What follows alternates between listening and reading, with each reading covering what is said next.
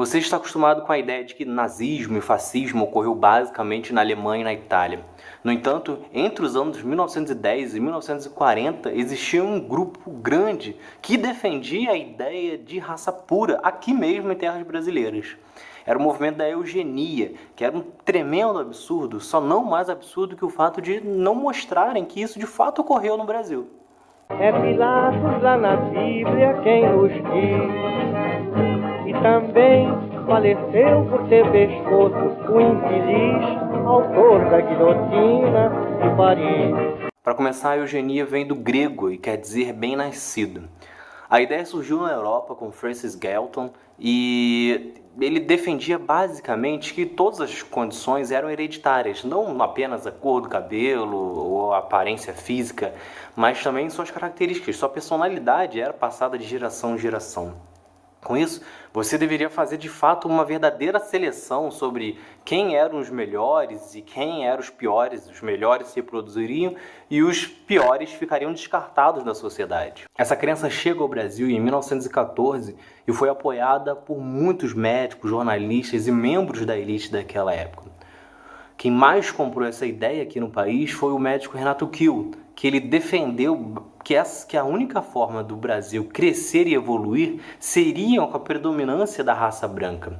Outro nome famoso que apoiou o movimento da eugenia foi Monteiro Lobato, que hoje, finalmente, ele é muito criticado por ter muitos tons racistas em suas obras. Um ponto em comum deste grupo é que eles desprezavam as raízes sociais e econômicas. Eles pegavam e analisavam que existem mais moradores de ruas negros, existem mais pessoas analfabetas negras, existem mais bandidos negros e existem mais pessoas ricas brancas, então os brancos seriam melhores que os negros. Só que eles ignoravam que há poucos anos antes os negros eram escravizados e os brancos construíram as suas fortunas graças ao trabalho dos negros. Além disso, eles argumentavam que características africanas como o cabelo, a boca e o nariz eram mais propensas ao crime. Com isso, eles passaram então a incentivar um processo de branquitude no Brasil, estimulando a vinda de imigrantes europeus, como já falei aqui nesse vídeo aqui de cima. Tudo isso fica pior porque não eram vozes isoladas, eles tinham força dentro da política. Prova disso é que na Constituição de 1934, no artigo 138, estava que era função do governo estimular a educação eugênica e que deveria trabalhar com legislações e processos administrativos para promover a higiene social no Brasil. Não é de se espantar que o Brasil tinha o segundo maior partido nazista fora da Alemanha nesse período. Aqui não ocorreu medidas tão extremistas como na Alemanha ou outros países que adotaram a eutanásia e a esterilização. No entanto, o processo de discriminação foi muito forte.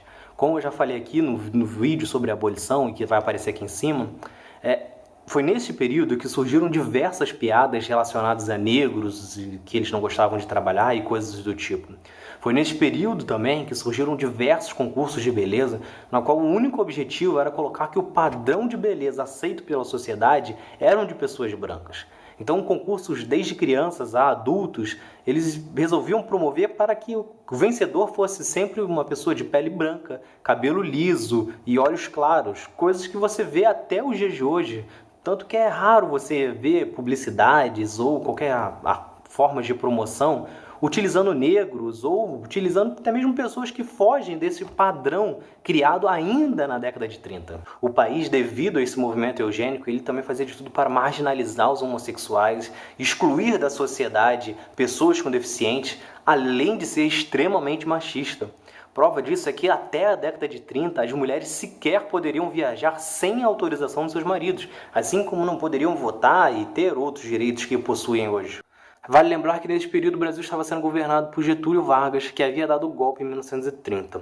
Futuramente falaria aqui sobre Getúlio, pois ele tem muitos aspectos positivos no seu governo, porém sobre esse tema específico ele era muito prejudicial. Afinal, ele tinha uma admiração pelo governo alemão, ele tinha diversos acordos com a Alemanha nazista, e tanto que ele mandou várias vezes representantes da política brasileira para aprender sobre a política de Adolf Hitler.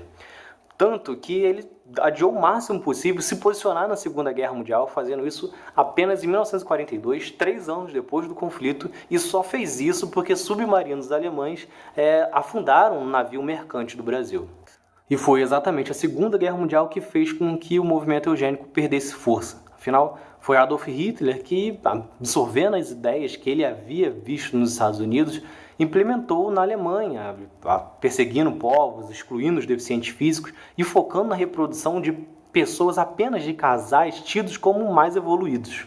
Ainda existem muitas pessoas racistas e xenofóbicas pelo mundo, mas com o passar dos anos, algumas delas perderam a coragem de falar isso com todas as letras.